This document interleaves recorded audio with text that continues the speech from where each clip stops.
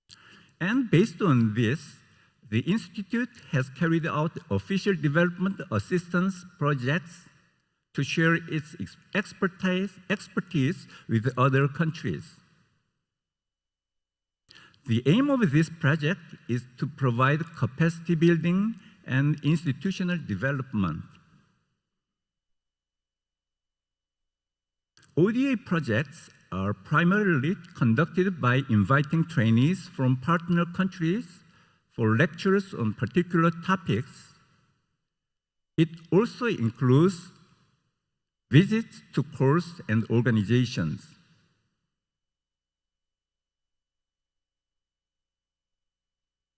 The partner countries for our ODA projects are displayed on the screen. We will enjoy this partnership to further build the rule of law in the legal community.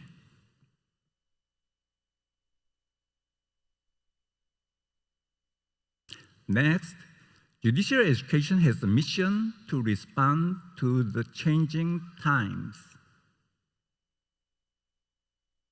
Over the past decade, Korea's system for training legal professionals has transitioned from a national judicial examination-based system to a law school-based model.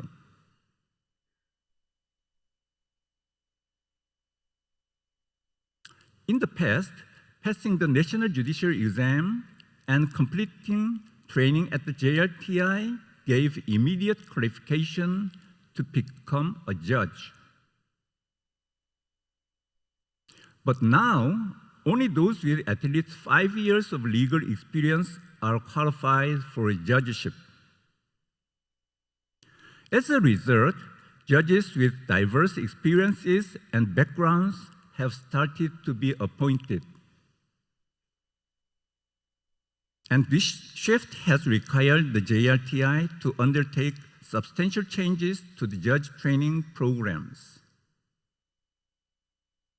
The programs introduced in the next slides reflect shifts in the judicial training system and the demands of changing times. They have become central to the JRTI's efforts to improve and advance judicial education.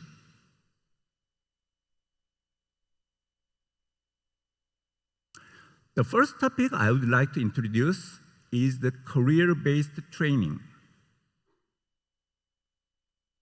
The JRTI conducts mandatory career-based training for all judges. Judges are required to enroll every 5 years. This training is 1 week long and is designed to meet the specific needs of the judges with different levels of experience. This year, the JRTI conducted a range of 6 career-based training programs for judges with 5, 10, 15, 20, 25, and 30 years of experience. The aim of career-based training is to develop skills and abilities that are needed for all judges.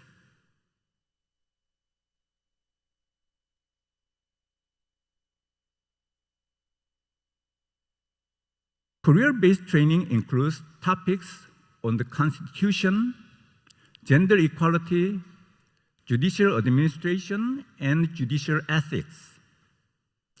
It also includes liberal arts courses. This training provides judges with diverse backgrounds to gain insights to social changes. It also provides them with the opportunity to share their views on various social issues.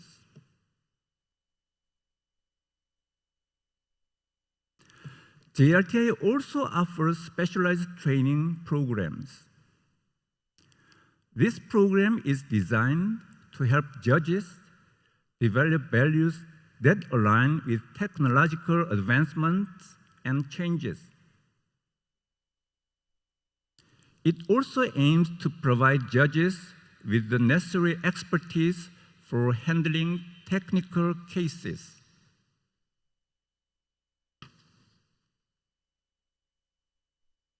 Specialized training programs are offered for issues related to IT, the environment, gender equality, and unification.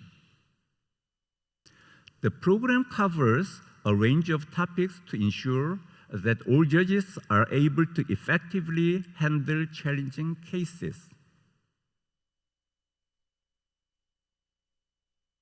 The career-based training and specialized training just mentioned are closely connected with the IOJT principles.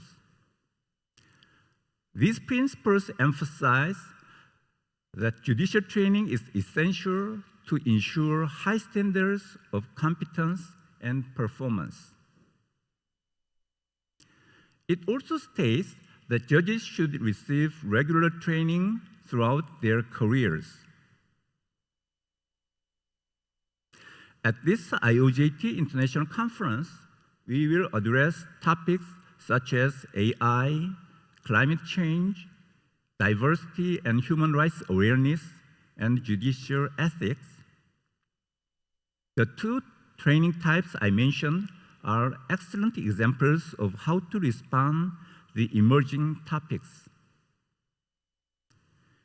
It can also be considered when preparing for a sustainable future in judicial education. Next, I will go over judicial education that goes beyond time and space.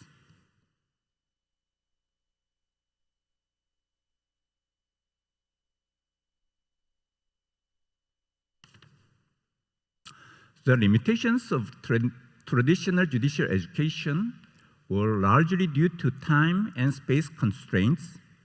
However, the recent pandemic has brought significant shifts in the way judicial training is conducted.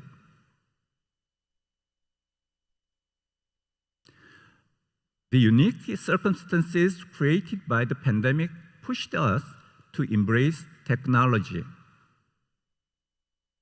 To deal with this issue, the JRTI adopted a remote training method. On-site training programs held in person are streamed in real time using an internal video conferencing system.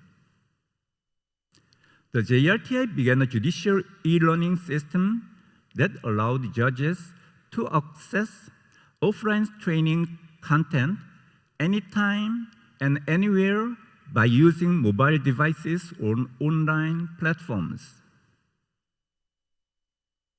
In 2022, we began to create content that delivers essential information for judges through engaging videos that were around 10 minutes. The feedback we have received has been highly positive.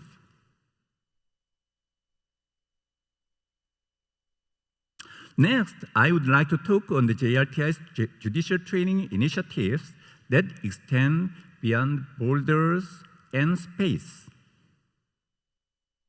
In 2013, the JRTI established the International Judicial Cooperation Center to expand judicial cooperation and collaboration with institutes abroad. The JRTI has made significant efforts to promote exchanges beyond borders and space. Every 1 to 2 years, the JRTI selects key issues in judicial training. As shown on the slide, JRTI regularly hosts international conferences on these topics. I kindly ask the judicial training institutions represented here today for their interest in the JRTI's upcoming international conferences.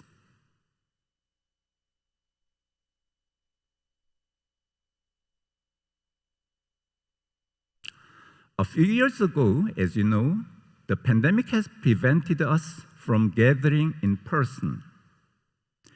Many of you will recall that there were limitations on how many people could gather for meetings and other events. Like many institutions worldwide, the JRTI created an online environment to continue offering judges judicial education during the pandemic.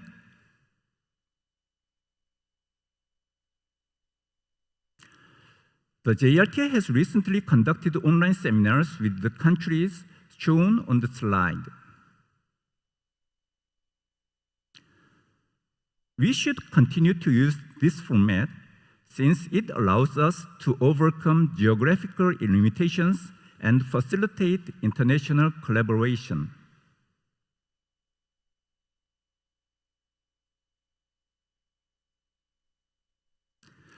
The future of sustainable judicial education can be achieved by transcending borders, time, and space. Instead of calling out law individually, we should row together. Let me explain this further. The regional cooperation plus online networking means worldwide collaboration.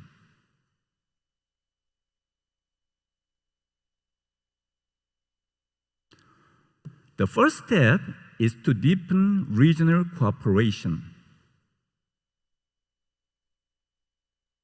We can benefit from establishing a unified platform for collaboration of the IOJT members.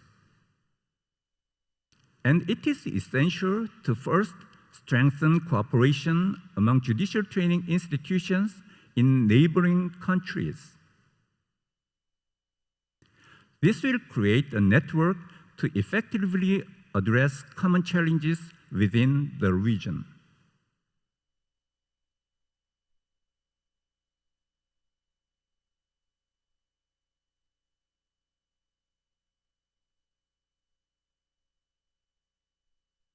Creating a website for judicial training institutes in neighboring countries can help form a stronger network of members.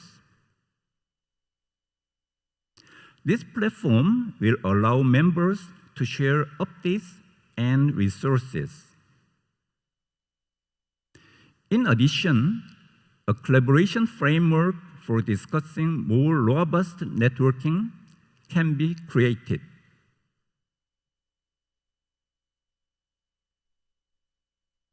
Ultimately, establishing an open platform for access to resources will help judicial institutions overcome common challenges.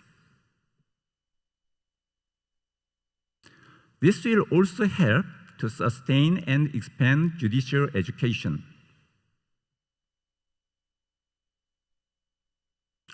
I have shared the path to sustainable judicial education for the future.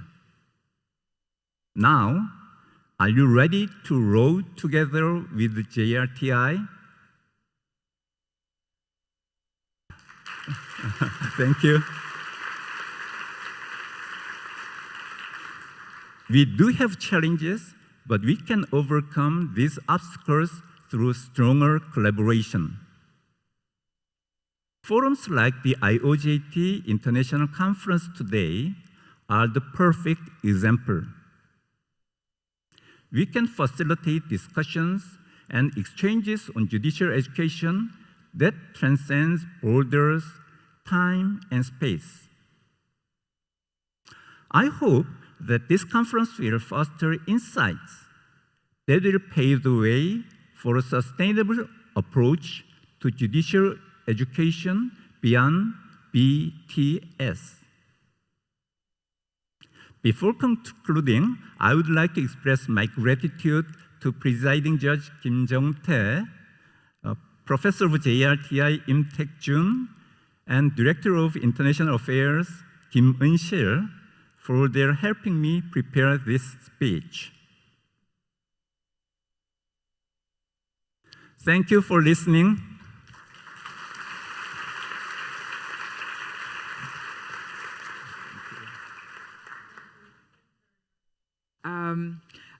for that wonderful presentation. I barely know who BTS are, but now I know a little more. And now I know what BTS really means. So thank you very much.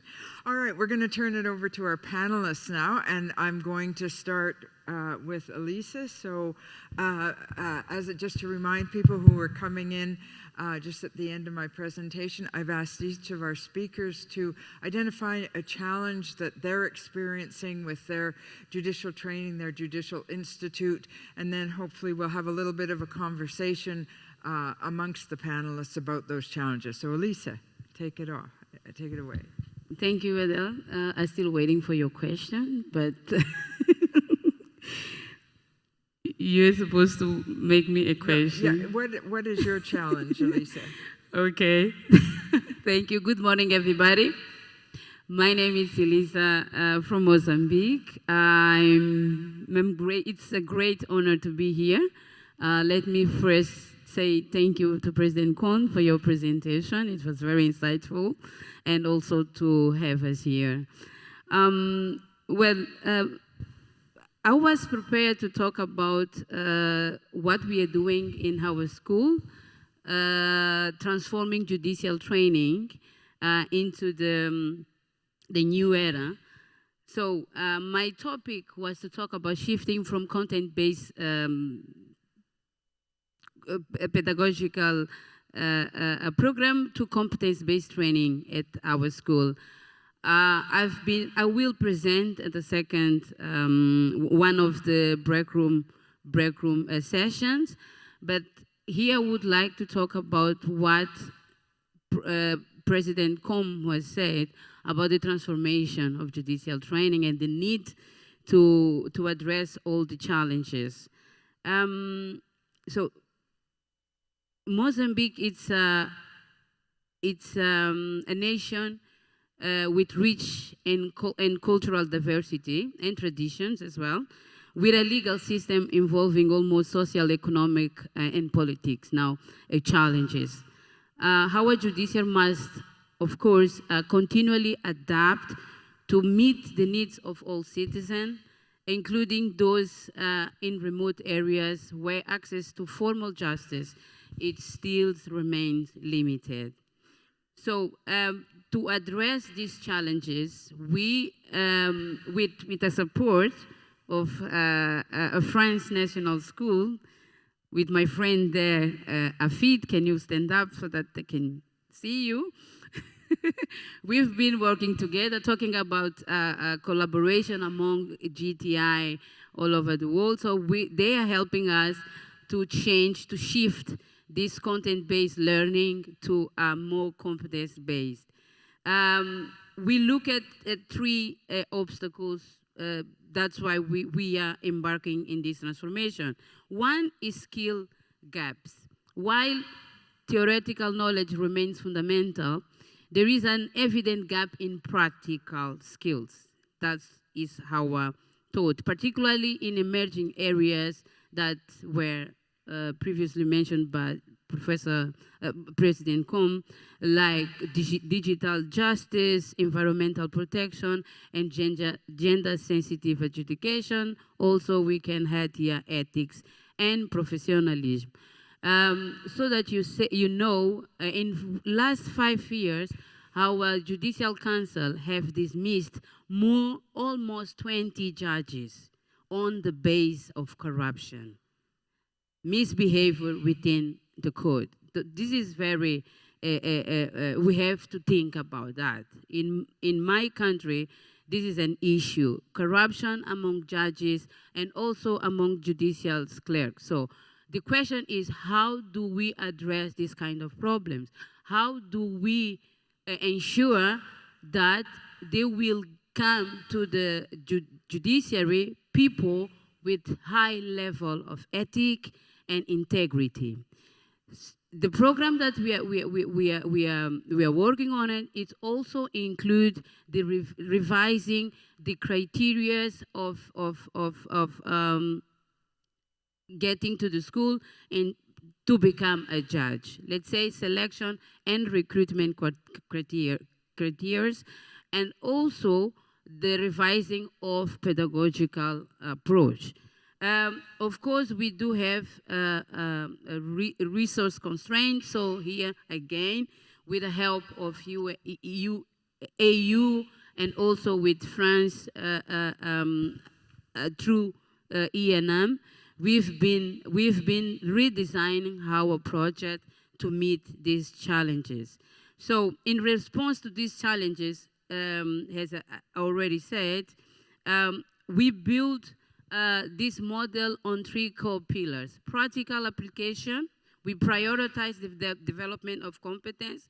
In fact, we underlined, we have a reference of skills that we must, and attitudes that we must address for judges and prosecutors, because our school trains both judges and prosecutors and also judicial clerks. The second is ethics and integrity. We integrate ethics as a central component. As I mentioned before, it's a problem what we are facing now within judges and judicial clerks. I will not talk about lawyers because this is other part of the problem, but we deal only with judges and prosecutors. And then the third is cultural and social relevance. Given Mozambique diversity, we incorporate localized understanding of justice. This is important because traditional norms and customary laws are part of our tradition, and we include them in our programs as well in terms of equip judicial professionals to serve in culturally sensitive ways that resonate with the community needs. In terms of innovative strategies for sustainability, we ensuring that also, as you are doing in Korea, we're also working on integrating digital learning platforms, public-private partnership, and also capacity building and knowledge transfer by investing in training local trainers so that we can cultivate a sustainable model of knowledge transfer in our big Mozambique with 34 million people. So I will stop here, Adele, because I think my time is up, but I'm Thank you. happy to share more Thank you. insights with you. Thank you very much. Thank you. You've raised some very interesting points. And I wanted to pick up for just a minute, asking Mira to respond. One of the things I heard from Elisa was, as you're trying to teach skills, ethics, and so on to your judges, there needs to be a shift from the law school kind of lecture-based teaching that we're all familiar with to a more learner-centered, skills-based teaching. Mira, in your experience, is there resistance in institutes? I know there was many years ago in our institute. Do you recognize a resistance to that shift? Absolutely. It's not unusual when you try something new, no matter the constituency, there's resistance. Please beg my pardon, but sometimes judges put up particular resistance because they're very accustomed to doing things the way they've been done in their university and in their judicial academies. But when you talk about the nature of what judges do, and you have that conversation with them, which is a key part of introducing change of any kind, to have the open conversation, there's an appreciation that the judge's role is quite complex, and it's not just a matter of knowing the code and being familiar with new provisions. It's demeanor in the courtroom.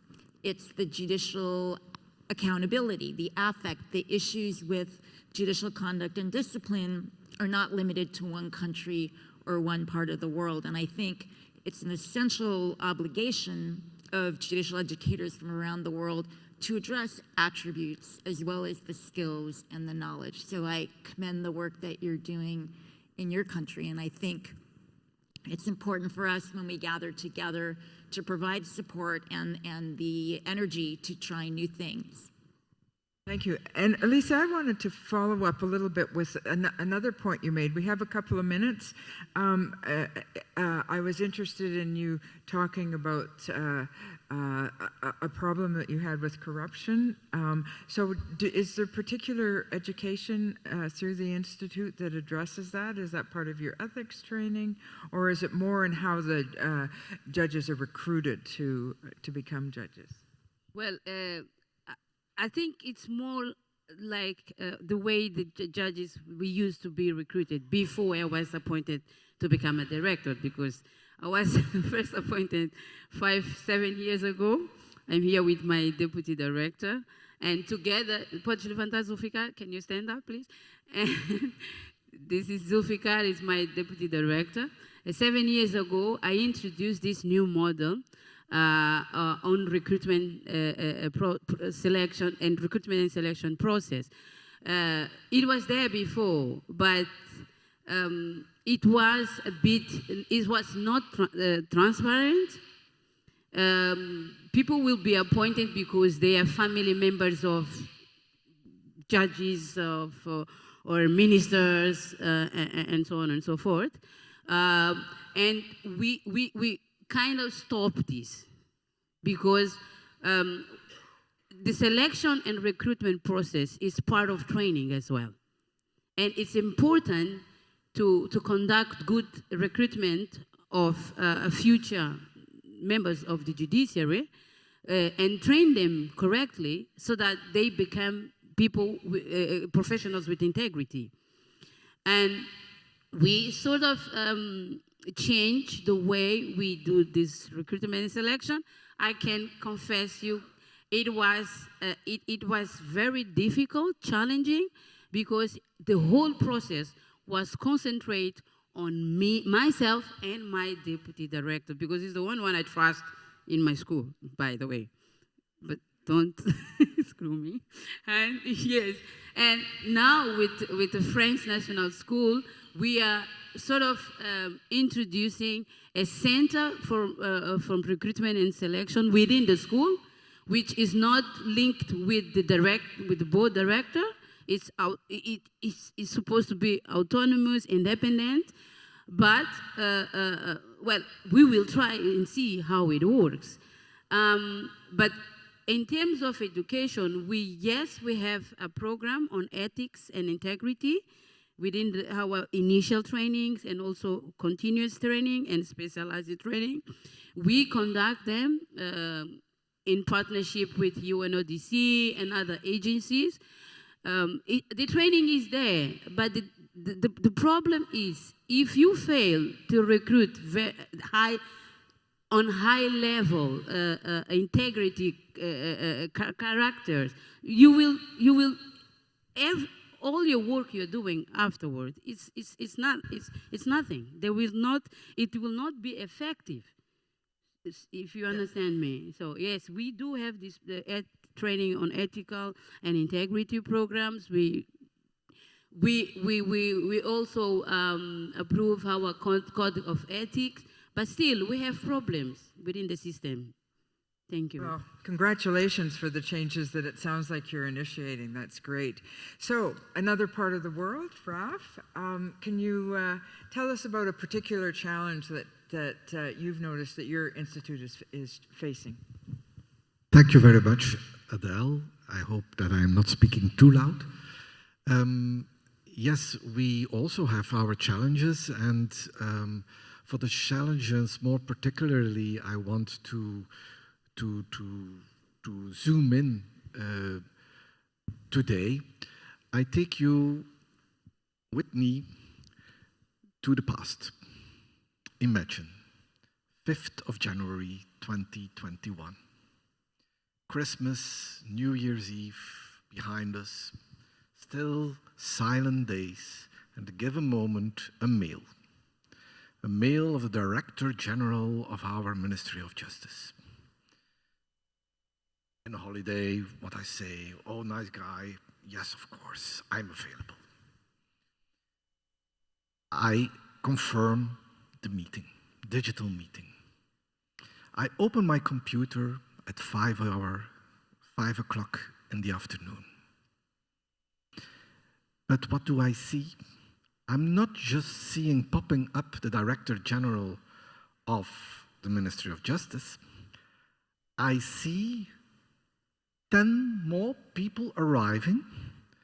In French, they say the fine fleur. So the most important people of the complete Belgian judiciary arriving. Also people I do not know, because they had just a small question. Just a small question. Oh, Raf, we have a fantastic tool, a new digital tool, and we want to launch it. And no worries, we already have thought about the program. It's an external consultant, but you have to organize a training for 1,500 people from March on, and this must be given to all these 1,500 people in 2 months. In the beginning of May, it must be over. Everybody must be certified. Everybody must be registered, and so on and so on. And it must be face-to-face, decentralized, on 6 different places all around the country. Of course, Belgium is not so big, but nevertheless, I don't dare to say it in Belgium, but the Belgians are a bit spoiled. If they have to travel 1 hour and a half, it's drama.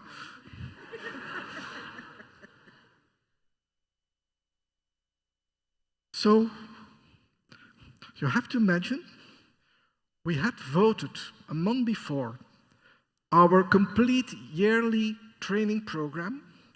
We adjusted the complete budget for a whole year, and then they're popping in by saying, hello, we have a small, tiny project for you. It's a little bit urgent, urgent, urgent. Please do. I was furious. So, you have to imagine, the Belgian Judicial Training Institute, we are a small institute.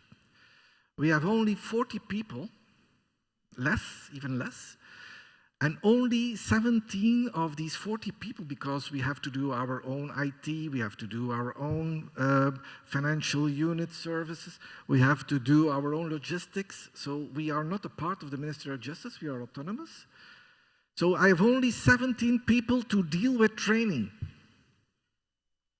And you have to know we have a target audience of 16,000 people. We have, on yearly base, 18,000 participants, and we are organizing 200 trainings a year in-house. And then we are also taking for 4,000 participants the invoices on our chart, but that's also registration, invoices of the external trainings at universities and other training providers. So we are training on a yearly base 23,000 people, and then they're popping up with a small project because they had forgotten us. Yeah, it was the external consultant who was not aware that there was something like a training institute. So we have limited means. I have limited resources. Human resources are limited. So just jumping in, that's a real challenge.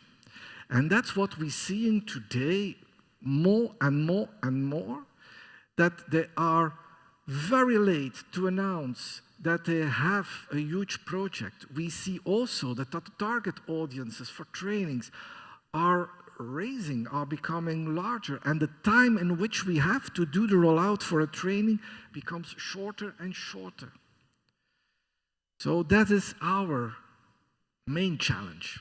And then the question is, of course, what will you do to cope with this? Well, sometimes I say that I'm one of the best paid beggars of Belgium. So I'm running all around to ask more funding, especially more staff. But as budgets are, like everywhere in the world, are extremely limited, so most of the time, They are pretending that they don't hear me, that they don't see me. They only are aware when they need me. So we try to be proactive in a certain way. So with one of our last ministers of justice, we had meetings each 3 months to just know what they were doing, what they were preparing, what we had to expect, maybe in a year, maybe in 6 months, but that at least we were aware that there was something coming. But the last Minister of Justice, the very last Minister of Justice, well, he was 4 years in office. I've only been invited once or twice. So, okay, a lot of proactivity, it was very difficult.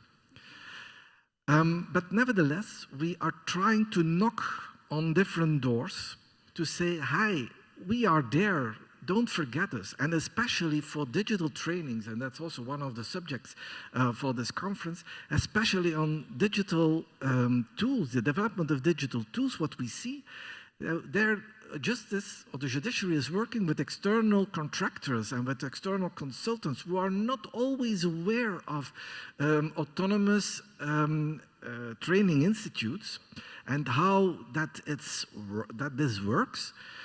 But we try to be present in all meetings, in all the gremia, preparing all these different tools, that at least we are aware of what is coming. But as they are also very often in very stringent time frames, they nevertheless forget us. And then they want to achieve their milestones. Oh, what a beautiful word, milestone. And then one of the final milestones is the rollout. And of course, the rollout, that's change management. And change management means training. And training means we. And so we try to convince them to come very, very quick to us. And it's not easy, but it's talking all the time to try to get a clear schedule on which we can prepare ourselves a little bit. But as the workload of our team is so high, we have also to try in our negotiations to slow down certain projects a bit, or to beg for having larger time frames in which we can organize the rollout. So. Well, thank you very much, Ralph. I feel we should organize a counseling program for Judicial Training Institute directors after hearing that. Do you feel better? that was fascinating. Eliza, just a quick question before we move on. And have you noticed with your government any pressure, the kinds of time pressures that Ralph is talking about? When Ralph was talking, I was like, oh. He's talking about Mozambique as well, because we have the same problems over there. My colleagues is looking at me, is laughing at when he's saying that, yeah, sometimes we have to scream and say, we are here as well, yeah. Yes, Howard School is also under the Ministry of Justice, but it serves entirely the judiciary. And has the judiciary lacks of financial independence, so we have to rely on the executive. The budget is the same, is like this. Yeah. Last year, so that you have an example, we are also supposed, it's when they need us, they know where we are. So the president of the country, which is the president also of the government, I mean, is the chief of the government. So he went out on television announcing that he's gonna give to the judiciary 324 judges. And I have this information also on TV. And I said to my colleagues, whoa, 324?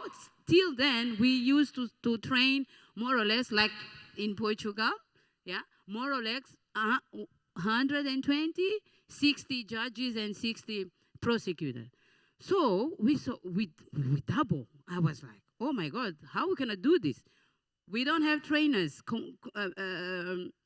enough trainers, permanent trainers. I don't have any permanent trainers. So we said, okay, this is gonna be 10 trainings rooms, and how many trainers? 42, 60? My God, how are we gonna do this? And then we said, okay, so do we have a budget? No, we don't. And we trained them. I spoke with my colleagues, trainers. I said, okay, you know, we have to deliver. We need more judges, is a fact, but the money, it will come. Just let's work. Until today, nothing. We, of course, deliver the training. We give them these numbers. And it was, of course, challenging to do it. We did not have enough space in our school. We only have 6 or 7 classroom training sections. So we have to ask for other space outside our school with other public institutions. And it is the same. It is the same. So how do we deal with this? We have to, of course, not begging all the time. Yeah, but it's like this, more or less. So we went to the Chief Justice to complain. We went to Attorney General to complain. And it's the same. It is the same. I have the same challenges. Well, there you go, Raf, Elise. All right, Mira, I'll turn it over to you for another challenge. Thank you, Adele. I'm going to stand because those people who know me know that I have trouble sitting still. And I think they're going to queue up the slides now. Yeah. It's an honor to be here. It's especially a privilege to be part of the plenary. I want to thank the Judiciary of Korea for the wonderful hosting. I am, as Adele mentioned, not often in one place. I have been working in the field of education for over 30 years, which always makes me gasp a bit. And I've been to IOJT conferences, I suppose, almost all of them.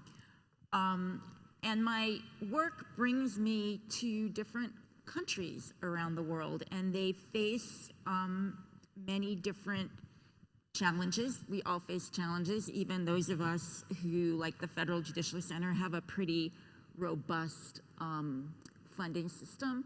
So in many countries, we have the beautiful facilities, we have many classrooms. We're fortunate to have sometimes permanent faculty, other times judicial educators, lawyers with backgrounds in education. We have a lot of technology, which is very nice. Now, this slide was supposed to be animated, and the circle of the little house was supposed to bounce in, because other places I have been, it's a bit more humble. There may not even be a building. There may be just a director who's a part-time member of the Supreme Court. There may not be staff, and there more often than not is not technology. And now I really wish my slides were up, because the next slide, all right, thank you. The next slide, what do we do? There are many problems and issues in the world, and it is hard for me on a daily basis to maintain any degree of hope and optimism. But in the field of judicial education, I embrace both hope and optimism and ideas. For every problem, there's a solution. When we have gatherings like this, we get to hear more ideas from more different ways to approach things. And I want to talk a little bit about the strategies for the more humbly resourced judicial training institutes, because there are some that are low cost, high impact, and sustainable. I particularly was happy to be invited to be part of this session because the title was How to Build Sustainable Education. And what does sustainable mean? I looked it up. Able to be upheld and defended. And in many countries, the defend part is quite important because we have to go to our parliament, to our legislature to ask for funds. We have to talk with our judges who are our champions with judicial education and say, look at the work we're doing. Look how much it's helped you. It's very high quality. Please defend us. Sustainability means replicable. You have to be able to do it again the next time, but sometimes your budgets are cut.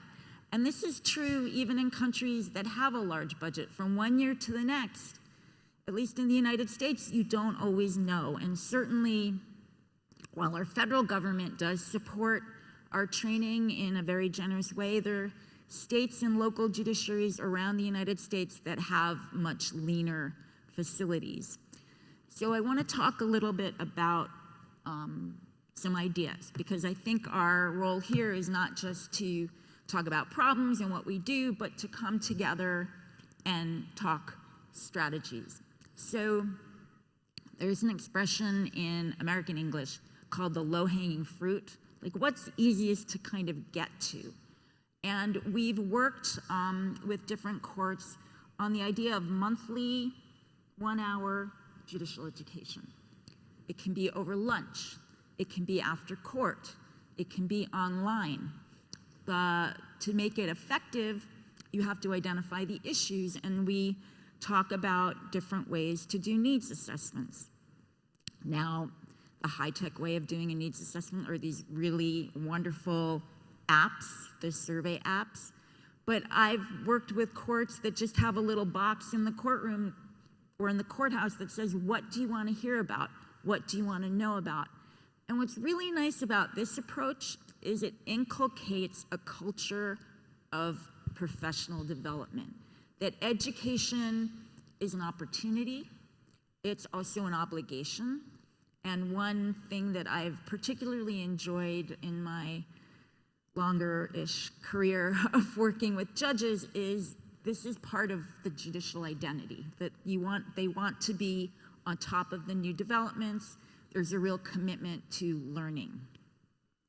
Another option that we do in well-resourced judicial institutes, but then also those with lower available assets, is to package programs.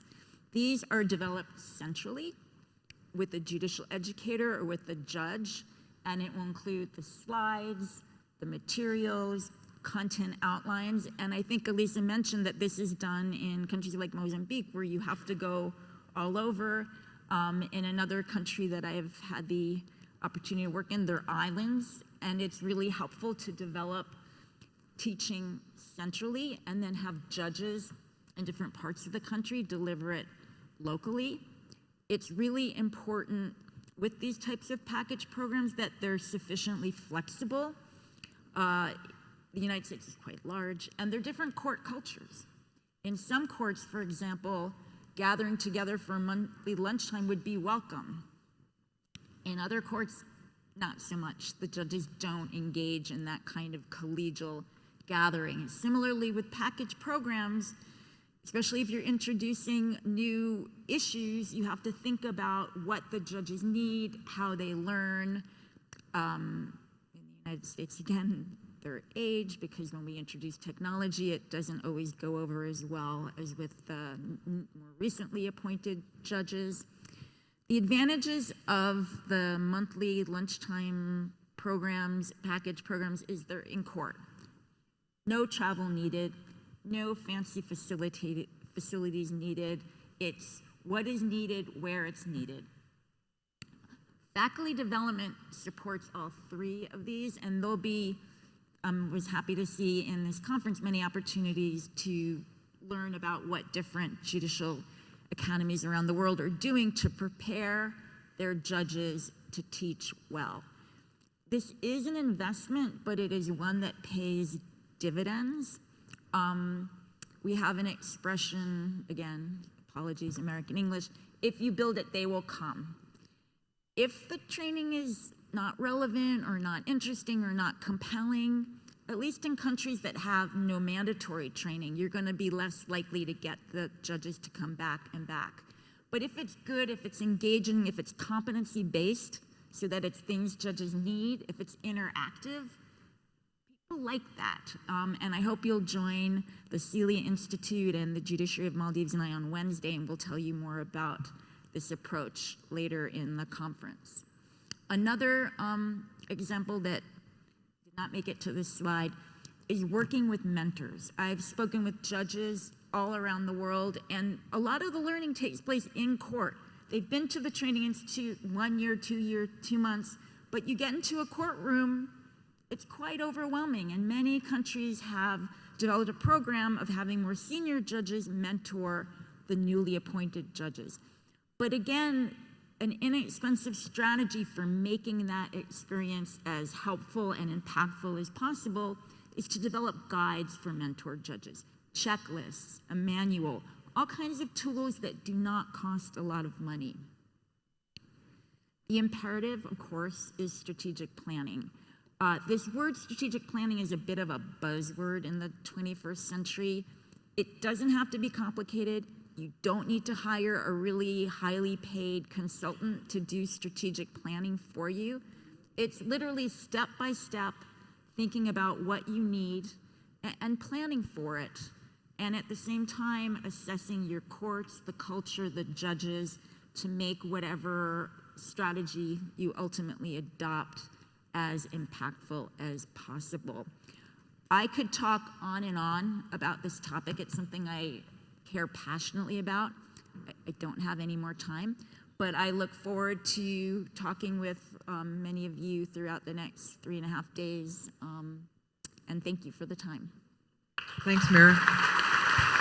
So, Raf, I'm just wondering, after you told us about the demands that were brought onto your institute, and you've seen some of the wonderful techniques that Mira's used around the world, when you have to do in-the-moment training on something because you're essentially told to, have you experienced that where you've taken perhaps some more low-tech ways to ensure that you get it done quickly? Or have you other strategies? No, thank you very much, Adele, for raising this question. I think maybe Elisa was right, that good paid beggars, that's too strong formulated. But I think we all want to be, in all our institutes, masters in doing most as possible with limited means. And that's a real art. That's part of our profession, part of the challenge we have to do. And also, I see that in Belgium, I see that in Europe. Everybody is struggling with limited budgets, with raising demands for training. And we all have to reflect. So therefore, COVID was a real game changer. So before 2020, it was very difficult to convince everybody to step in a system of webinars. Now, 3-4 years later, webinars is the new normal. So there are some steps indeed we can do, but it's a continuing challenge to find new methodologies, to find new means, and therefore this conference is really great, that we can see each other, that we can meet each other, that we can talk with each other, and that we can learn from each other. It's very inspiring, and that's what we really need in our profession, to feed the skills of the art of doing the impossible with the possible means available. Thank you. So I'm going to give a couple of minutes now to President Kwan, who has been listening, and I can see him making notes, so I'm sure he has some comments. Thank you. At first, I want to say thank you to Elisa, Raf, and Mira for their inspiring speeches on how to make judicial training sustainable. Through their presentations, we've seen that how judicial institutions can navigate the balance between addressing local issues and global judicial changes. Though there are many obstacles before us, such as budgetary and personnel constraints, I think we all agree that we should advance and improve the judicial training in the future. I think it's crucial that we share our experiences and continue collaborating as we set new standards in this field. And if I may make one more suggestion, I would propose that at the next IOJT International Conference, I propose that we include some sessions where we can share how we have created new regional networks along with the experiences and lessons gained from these networks. As you know, a crisis can be an opportunity at the same time. Let's move toward or together as partners. I mean, let's roll together to shape the future of judicial education. Thank you. Thank you. What a wonderful message from President Kwan. And we'll make a note of that. And we didn't rehearse this, but it's a lovely segue to how I wanted to end this session. Before I thank our panelists, I want to draw all of your attention to the very last sessions on Thursday morning. And you'll see that there's one before coffee and then 4 after coffee that are IOJT workshops.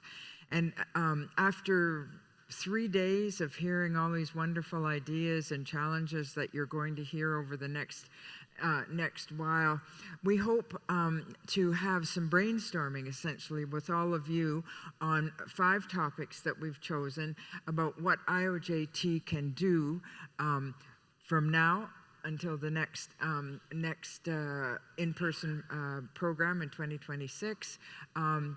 We are here to take ideas and roll with them, as you say, so that we can continue to offer as much as we can to our members. So take a look through the list. I think I'd be in a conflict of interest if I tried to pitch my workshop, but I will do it anyway. We're going to be talking about institute strengthening, some of the ideas we've talked about here, but we also have wonderful workshops on ethics, the principles of judicial education, AI, and the encyclopedia, which is a project that RAF is proposing. So take a look at that, and we certainly hope all of you are there to contribute to an idea bank. But thank you for suggesting the regional a session on regional work that's going to be done between the international conference. So that's an excellent idea. And with that, I want to thank Elisa, Raf, and Mira for your contributions. It's time for a health break now. And after the health break, I would ask you to go to the various breakout sessions. Bami, are all of the breakout sessions? No, one of them is here, and the rest are all over in the West Tower. Is that correct? Yeah, okay. So take a look. We'll see you all back in one of the breakout rooms at 10 past the hour. At 10 past the hour. Thank you. Ladies and gentlemen, thank you for your attention and participation in this enriching plenary dialogue. Let's give a round of applause again to our moderator and speakers for the insightful contributions. Thank you.